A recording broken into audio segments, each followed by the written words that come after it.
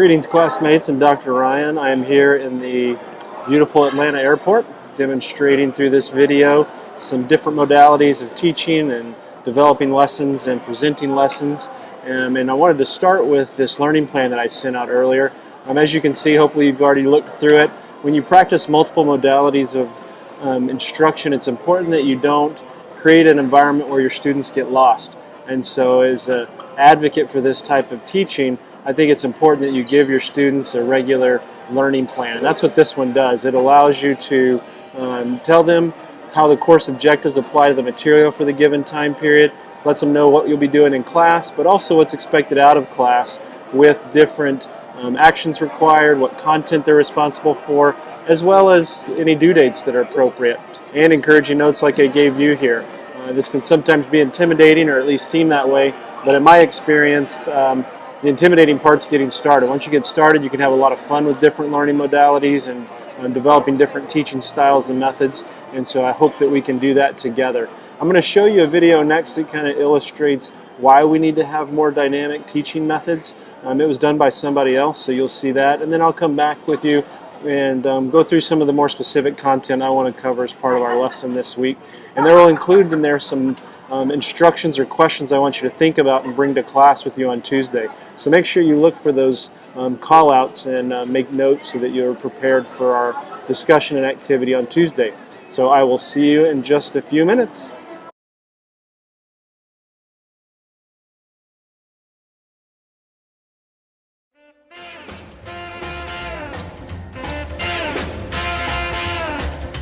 Get out in that kitchen and rattle those pots and pans.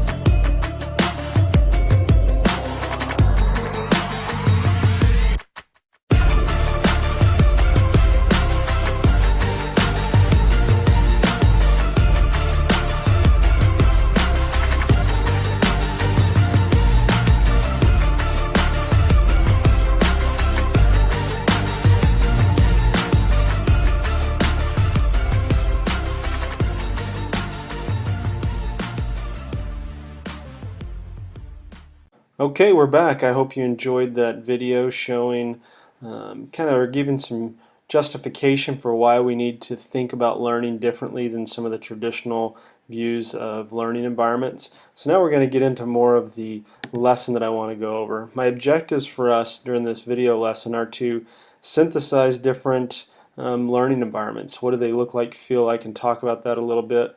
I also want us to think about and evaluate how those learning environments, how they are created, managed, and also maintained.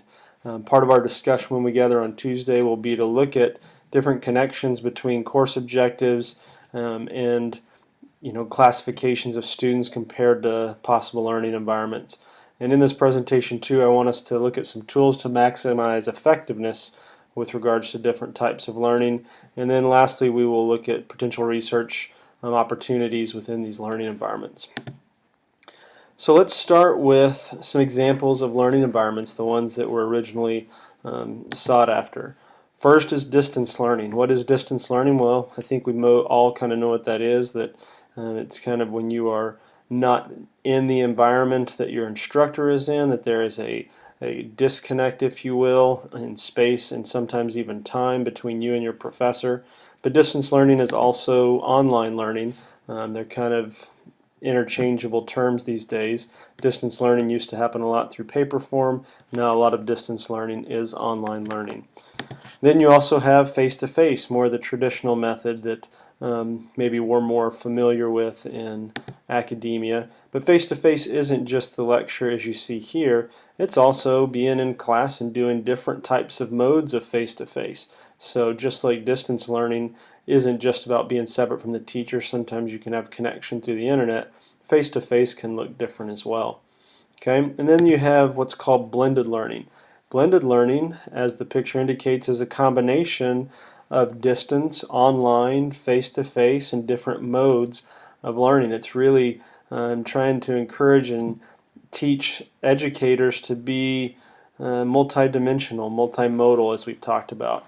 The flipped classroom that we were also encouraged to talk about, and we're actually feeling right now because we're practicing a flipped classroom environment by watching this video and then coming to class to do exercises. I've included flipped classrooms in with blended learning because a flipped classroom is a blended learning environment. Flipped means you combine elements of being away from your teacher and instruction and lessons, but then coming together in class. And so a flipped classroom is a blended learning environment. And as the article I gave you illustrates, here's the diagram to kind of show the interactions in the different types of learning environments, whether it's face-to-face or strictly online, and what that looks like. And sometimes different learning environments, as you see here, have different interactions within a group, outside or inside of class. That there's a lot of different ways to construct this, and this diagram is not completely exhaustive either. If you think about it, you could have other instructor types or influencers on your class, whether that's through guest speakers, service learning, or whatever. You could certainly make this diagram a lot larger, multifaceted, with different other types of learning styles. So this was just a way of looking at the learning environments and to understand what those terms mean just real briefly. Okay, so let's go on to one of the things that, if you noticed in the readings, especially the one about multimodal, and also if you've looked up any other reading on this topic, one of the biggest challenges in distance or online learning is establishing a connection between the instructor and the student. Because in face-to-face, a lot of those relationships can happen naturally. You're face-to-face with the student, you can read expressions, you can practice more empathy, and you can try to help them in a little bit more personal way. But even though that's a challenge to online and distance learning, which is a part of blended learning, that doesn't mean it can't be overcome. So I'm going to give you a lot of different ways of personalizing your distance learning initiatives and making them say something about your personality and who you are, which can help develop good relationships with your students. So there's some like Animoto, which is a way of sharing images.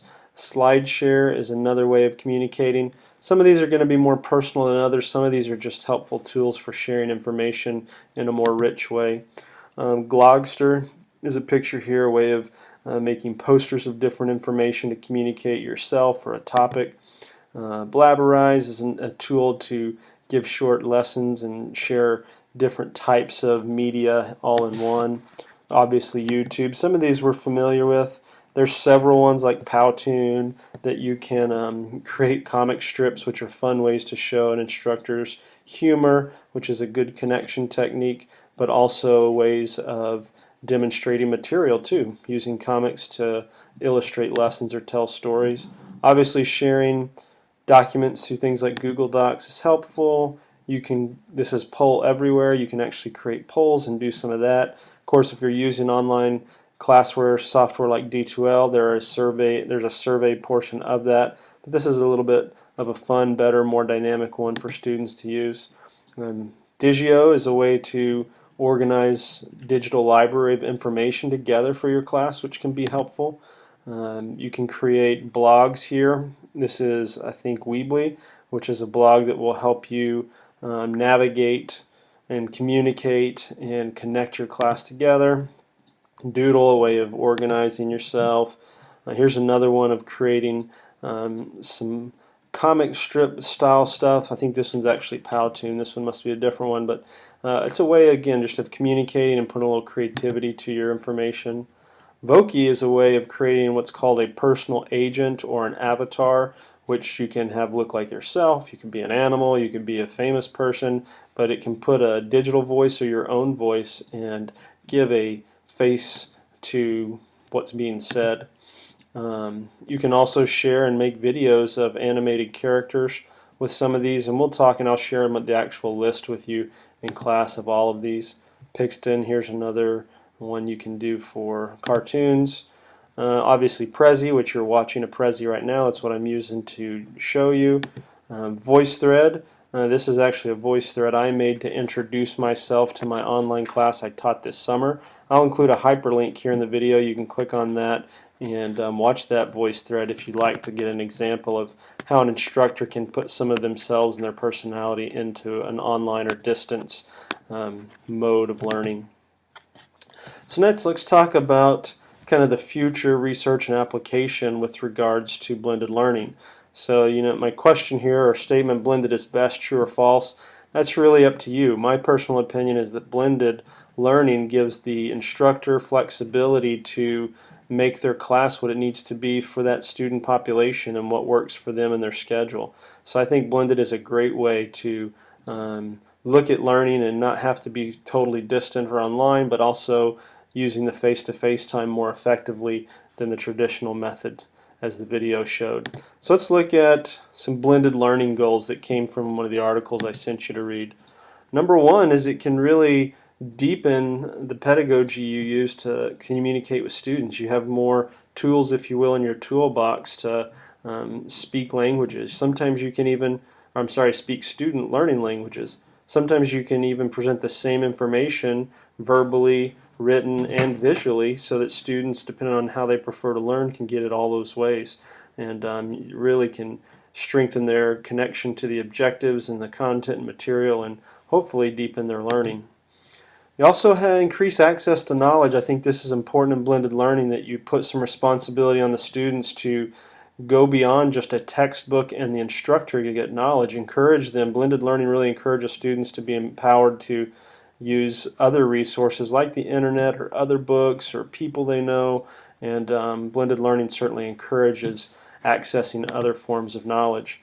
The social interaction, there's a lot of research, more than I could give you to read this week, on what kind of impact positive social interaction has on learning and the way it can deepen and strengthen memory retention and other things. And obviously our students are very good with digital social interaction, but the social interaction needs to also be during the face-to-face time. It should not just be in blended learning the teacher teaching and the student passively listening. There should be a combination in blended learning of social media, digital interaction, as well as in the classroom. Personal agency, that's the one with the avatar I mentioned, where it's important in blended learning that you still give yourself an online or digital personality for the student to connect with. Helps communicate who you are, and it helps just them to look at it as more of a personal reaction to your feelings and emotions, but also just it can help your relationship grow, and which will strengthen the learning environment. It can be cost effective. Blended learning doesn't have to take up as much classroom space as a regular class does. Certainly if you can meet the same amount of time face to face, it's even better. But when necessary, blended learning can offer you the chance to say, well, maybe you only meet once a week instead of twice a week face to face, and use the other time to really have some aggressive online or distant content. So it can be cost effective, which is advantageous for administrators if it needs to be. And then also blended learning offers ease of revision too. It's very easy to be flexible and dynamic with the information, and it's able to kind of see where a class is at and revise as necessary. It's not tracking along with a textbook or traditional assessments. It's actually you're able to revise and adjust as you need to with blended learning because you're using flexible material and things that you can easily change by changing slides, pictures, or video as you need to update information.